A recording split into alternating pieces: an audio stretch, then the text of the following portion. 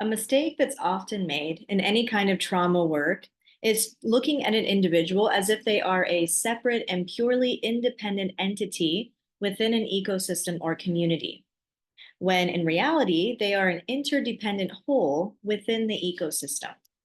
You can imagine each of us as a puzzle piece, an essential part of a larger puzzle or community. And we must treat individuals, of course, but when we can take into account the person's, not just the person's experiences and trauma symptoms, but the multidimensional reality in which they were formed and in which they exist, we can, as trauma workers and mental health professionals, widen our own perspectives to see the complexity of this human. We can also see ourselves in this way. And then we can give that person permission to acknowledge and honor the experiences of their ancestors and their larger community. We can find many of the answers of these answers and deepen our understanding of trauma by looking into the past and looking around us. These answers can be found by studying collective and intergenerational trauma, which is what we will get into now. My name is Brenda Hershey, the Executive Director of TRI Global, and I'm honored to be sharing the results of this research study on Kurdish intergenerational trauma with you. In my research, I interviewed 30 Kurdish people, all of whom were members of Generation Z, I'll call them Gen Z, and Millennials, so aged between 20 and 42. And they were from all around Kurdistan. So 26% were from Dahuk, 20% from Erbil, 30% from Sulaymaniyah. One participant was from Rojava, which is Syrian Kurdistan, and 20% from the diaspora. So they have lived or currently live outside of Kurdistan. So in a semi-structured interview, I asked them questions about the traumatic experiences and trauma-related symptoms of 3 generations, their grandparents, their parents, and themselves. All to answer these research questions. First, in what ways could the unresolved trauma of previous generations impact contemporary millennials and Gen Zs? And what symptoms and manifestations may appear as a result? 2, what are some practical strategies and tools to effectively disrupt the continuation of intergenerational trauma patterns? So how can we break these cycles? And 3, how can social workers integrate this understanding and these strategies into their professional approaches? First, some key terms. So collective trauma is the psychological and emotional impact of traumatic events experienced by groups, communities, or societies. Intergenerational trauma refers to the effects of serious untreated trauma that's been experienced by one or more members of a family, group, or community, and has been passed down from one generation to the next. We'll talk about how that's possible. And resilience, the process of negotiating, managing, and adapting to significant sources of stress or trauma. So essentially how we are able to cope with stress and trauma and bounce back or recover. So how can trauma get passed down? This is really the root of intergenerational trauma. How can trauma be transmitted from one generation to the next? First, we have epigenetics, the biological explanation.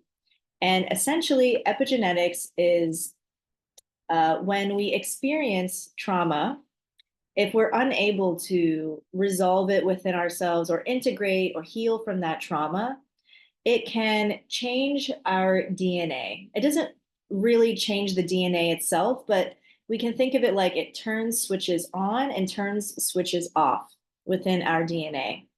And that can affect how we behave, our mentality, physical, it can show up as physical symptoms.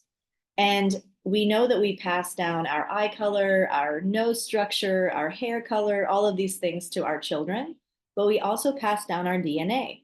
So if some of our DNA has been altered in this way, we pass down that altered DNA, and Therefore, maybe a mental health condition that I would pass down to my children, or physical symptoms, for example. The second form of trauma transmission is environmental and social factors, also collective trauma. So there's this quote that really helped me understand this concept, which is, if you are immersed in trauma or exposed to trauma on a regular basis, thinking that you won't be affected by it is like thinking you can walk through water without getting wet. If you are in the water, if you are surrounded by people with trauma symptoms, projecting their trauma symptoms or their unresolved trauma onto the people around them, even unconsciously, you will be affected by it. Trauma symptoms are contagious. So if you live in a community that's experienced a lot of collective trauma, then you will naturally, inevitably be affected by those symptoms. And of course, the degree to which you'll be affected depends on the resources that people in the community had to resolve their traumas, and the resources that you have to cope with and deal with your circumstances. And the third trauma transmission form is direct transmission, mainly via projection and identification. So this we will talk about a bit later in the presentation, because it was a form of trauma transmission that was really apparent in the results, talking with the participants. A lot of trauma was transmitted in participants' childhood via adults in their life. So either their parents or a lot of school teachers. So these adults with unresolved trauma, they project these symptoms. It's chaos inside these symptoms. They don't know what's happening, why it's there, what to do about it. And so they project this chaos onto the people around them. And unfortunately, children are an easy target, if you will. And so they project these symptoms onto the children, for example. And as children, we don't have the social and emotional intelligence to separate that this adult may be like the adult's experiences, their past experiences, why they're acting like this. You just identify with it. You think it's because of you. And so that becomes a part of your identity that you maybe take on, and that will certainly affect you, and how you adapt to those circumstances. Those adaptations you will carry with you, whether they be behavioral, mental, or physical. And this is another way that trauma can really impact people, is by the adults, their loved ones in their lives, projecting it onto them. And then this very confusing experience of not knowing, it's because of me, or that it's because of something that has nothing to do with them. You identify with it as if it is because of you. And so to really illustrate the results of this research study, I want to tell you the story of Azar. She is AI generated, but let's say she's 27 years old and grew up in Sulaymaniyah. And she comes to you, a social worker, seeking guidance for the overwhelm she's been experiencing due to stress and anxiety, among a longer list of mental health symptoms. But before we jump into Azar's symptoms and experiences, I want to rewind and tell you a little bit more about her grandparents. So these are the results of the 30 interviews with Gen Z and Millennial Kurds, and I'll illustrate them through Azar, who, let's say, has a typical Kurdish experience.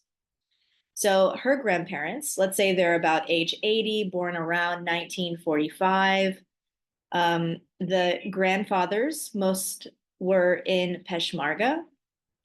Almost half, let's say one of her grandparents were held as political prisoners. All were affected by 3 or more wars, conflicts, massacres, even genocides. All were persecuted by the Ba'ath regime, so Saddam Hussein's regime. Let's say both of her grandmothers were married as a minor, so they were forced to get married under the age of 18. Even if some were not forced, this was just what they did in the culture. This was what was culturally acceptable. The women needed to marry before age 18, some as early as age 12 or 13. And it was kind of understood. Most experienced extreme poverty, the death of immediate loved ones, likely in war or conflict. Most were forcibly displaced, either temporarily or permanently, and all experienced some form of childhood trauma. And so naturally, they would portray different trauma symptoms, behavioral, mental, physical. So most had anger problems, felt emotionally numb at times, had difficulty regulating their emotions, were very avoidant. They had avoidant personality styles when it came to interpersonal conflict. About 40% had PTSD symptoms, were overly controlling, had poor physical health, heart problems. And now let's look at Azar's parents. And keep in mind, her parents grew up in the households with these grandparents who had these experiences and symptoms. So her parents, the second generation, most of the dads were in the Peshmerga or affiliated with the Peshmerga. Let's say half of the dads were held as political prisoners. Most were affected by 3 or more wars or massacres or conflicts, were persecuted by the Ba'ath regime. About half of the mothers, so there's a 50% chance that Azar's mom was married as a minor. That number has significantly gone down, as you can see. Most experienced poverty, the death of immediate loved ones in conflict, were forcibly displaced temporarily or permanently.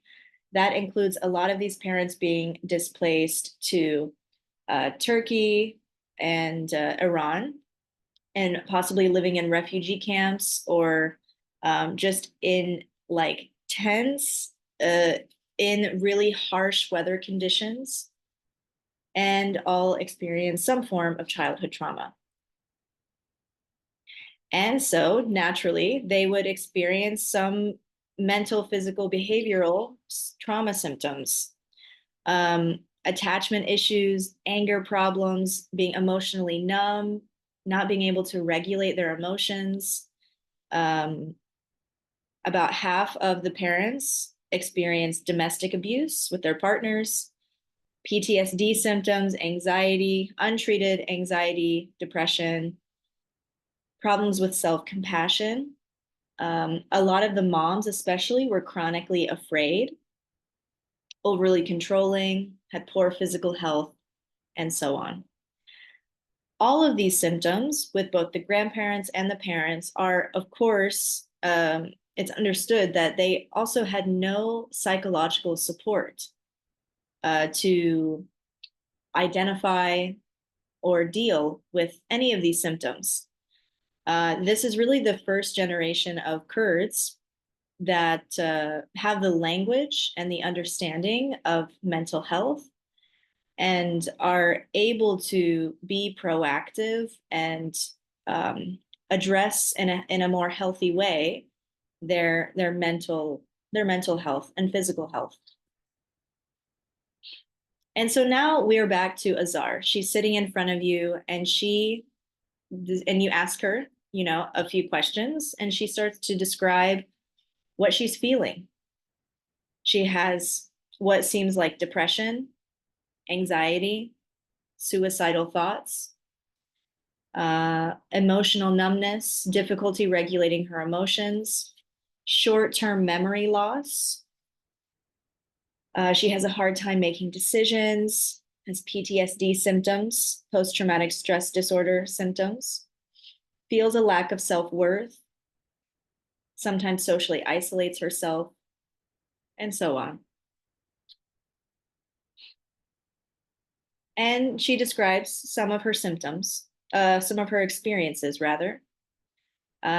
She experienced childhood trauma, was forcibly displaced at some point in her life, possibly experienced the death of an immediate loved one in some sort of conflict. She was affected by a war or conflict.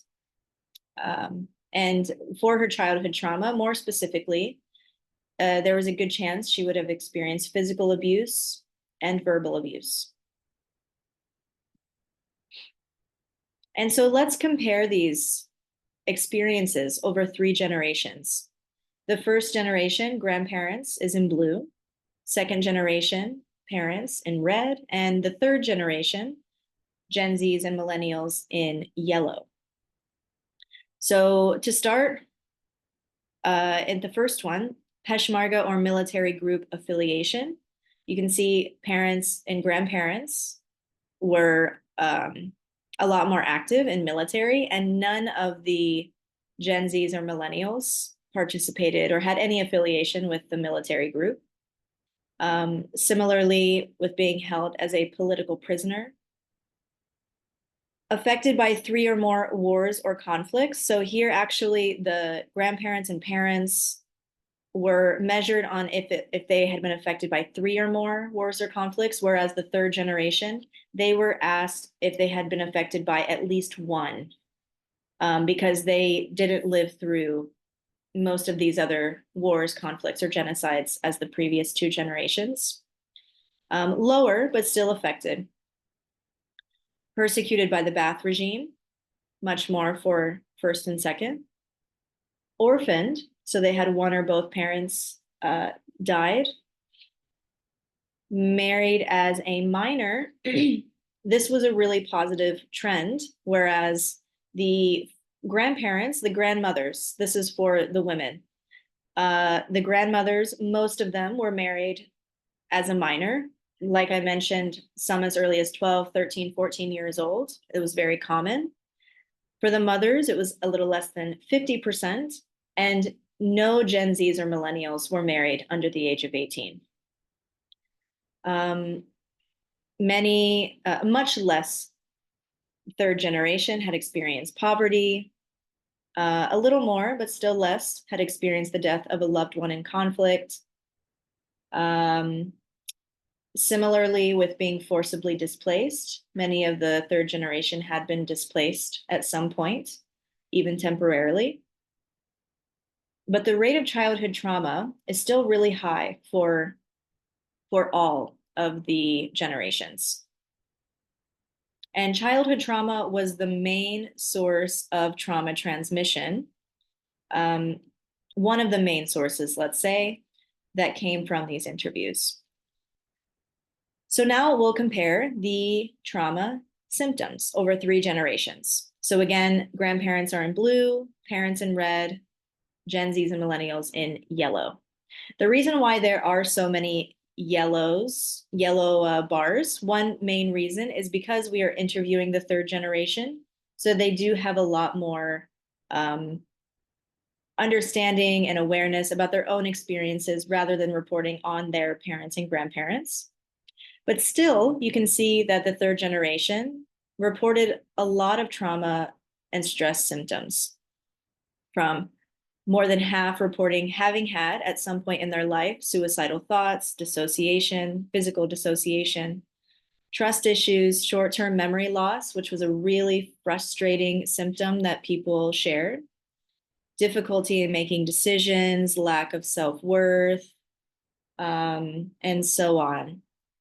And the second generation, you can also see those red bars are really pretty high in comparison to the others. So the parents experienced a lot of anger problems, being emotionally numb, difficulty regulating their emotions. And if they didn't have someone to teach them how to regulate their emotions, they can't be expected to then teach their children to regulate their emotions. And this is one way that intergenerational trauma can be passed down in terms of behavioral, like behavior and social and emotional intelligence. Domestic abuse, PTSD symptoms, undiagnosed anxiety, depression, being overly controlling, chronically afraid, having poor physical health, and specifically heart problems, and so on. And so a few discussion points. We can really only speculate how much of someone's symptoms are due to intergenerational trauma versus firsthand experiences and environmental factors. So this is something to keep in mind. This is not an exact science. There are a lot of studies on intergenerational trauma and trauma transmission, but it's impossible to say exactly how much of, for example, the third generation's trauma symptoms are from being passed down from past generations versus from some of their own experiences. Something important to keep in mind. The third generation's childhood trauma was mainly physical and verbal abuse. This was something that was widely reported on, and which is now how I'm circling back on one of the main forms of trauma transmission would be direct trauma transmission from the parents and teachers, so adults in a child's life, them directly projecting their trauma, their unresolved trauma symptoms onto these Kurds as children, and then having these kids having these confusing experiences of not being able to separate that's that person's behavior and it has nothing to do with me. So you identify with it. You think it's because of you. And then you carry those adaptations and those mistaken beliefs with you throughout your childhood into your adulthood, and it can really shape your character, your personality. One of the most commonly frustrating symptoms was difficulty regulating emotions and short-term memory loss. These were reported by the third generation. And experience with local mental health professionals. So this is something we'll get into in just a second.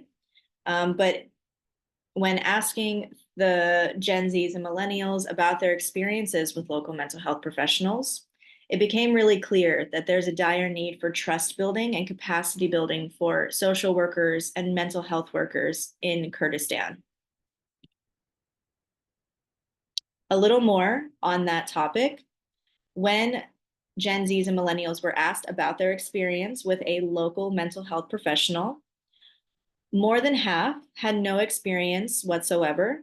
And when asked why, they mainly reported that there is a big stigma around mental health and asking for help in this culture. And mental health workers and the academics, these programs and degrees at universities here in psychology, in so clinical psychology, in other psychiatric fields, in social work, are quite new. And there are international partners and universities that are working to globally standardize these programs. But till now, there has been quite a bit of experience or quite a bit of circumstances where people have graduated from, like locals have graduated from these programs here in Kurdistan and then go on to work.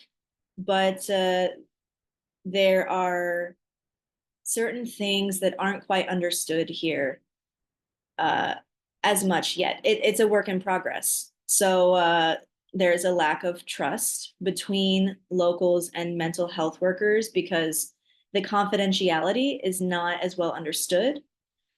So maybe like there were stories of people sharing that they know therapists, local therapists here, who have shared stories on their Facebooks about clients. And maybe they don't say their name, but if anyone knows that if this person is going to see this therapist, they'll connect the dots. And there's such shame and stigma still existing here around mental health that if the wrong thing gets out that someone shared with a therapist, it could essentially destroy the reputation of a family and have really serious ripple effects. So lots of different stories shared like this, and people sharing that it would almost be more stressful to share deep these experiences that they wouldn't share with other people normally, sharing them with a local therapist and then not knowing if that person is going to tell someone or how they'll conduct themselves with this information. It's more stressful than just keeping it inside and not dealing with it at all. So that was a long-winded way to say that these are some main reasons why people just don't talk to a mental health professional in the first place here. Some reported having talked to a mental health professional and having a negative experience, and they mainly reported that this was because of the therapist projecting their own unresolved trauma onto the client. Because local mental health professionals often, I mean, it's the first generation of social workers and therapists in Kurdistan. And so who do they have to go to work to help them work through their own trauma? If they don't have any resources for themselves, then they may just unfortunately project that trauma onto their clients. This was popularly reported, along with the unhelpful experiences and quickly having a very short session with a client and then quickly prescribing medicine. A few reported having had a helpful experience, and the same amount reported a positive experience with a foreign mental health professional, so not a local. And when there is trauma, there's always an opportunity for resilience. So some resilience patterns noticed in this research, because I, all in all, was just incredibly inspired by these Kurdish Gen Zs and Millennials. They've been through so much, and so many of them have such ambition and are doing incredible things. And so it really is more inspiring than anything. So the prioritization of and access to education, decrease in early marriage among women, and identified healthy coping mechanisms. So the education levels over 3 generations, you can see here the grandmothers. So we've separated it by grandmothers, grandfathers, mothers, fathers, and the 3rd generation. Grandmothers had almost almost 100%, none of them had any education. One had a bachelor's degree. Grandfathers, many of them no education. And the mothers, almost 2/3 had no education whatsoever. And here, most of them were illiterate, if they were in this category. Some had a high school education. A couple of the grandfathers and mothers had an associate's degree or some kind of training after high school. When it came to bachelor's degrees, many of the fathers did have bachelor's degrees. So it shows this trend that men, starting in the 2nd generation, men had a lot more access to education than the women, of course. And 3rd generation, so for the 3rd generation, one had a high school diploma. All the rest had a bachelor's degree and or a master's degree. So a huge upward trend in accessing education and prioritizing education. When asked about their healthy coping mechanisms, the 3rd generation shared that mainly the most common coping mechanism was exercise and physical movement. And this is the form of trauma recovery that we mainly utilize in trauma recovery yoga, or TRI, as well as meditation and yoga, of course, which was also fairly commonly reported. Socializing and talking to a confidant. So whereas there exists this gap in talking to a local mental health professional, there is this really strong desire among the third generation to talk to someone that they trust. And so mainly they are leaning on their friends, mainly on their friends, not even family so much. Listening to music, walking, spending time in nature, doing art. And so some recommendations from this research. Continue working to make mental health resources accessible, invest in mental health awareness campaigns, include intergenerational trauma and resilience-oriented approaches in social work curricula, explore opportunities for community support and healing to integrate past collective trauma, and prioritize the training and capacity building of social workers in the Kurdistan region, continuing to standardize academic programs that are globally informed yet culturally sensitive. Thank you so much for following along and your interest in this topic. I feel that we can really put this information and this data to good use. And again, if I could emphasize anything from this research, it would be that I am just incredibly inspired by the participants and so grateful for their trust to discuss these really sensitive topics with them. And I've never been more encouraged that our generation, these Gen Zs and Millennials are really breaking intergenerational trauma cycles and moving forward at a rapid pace.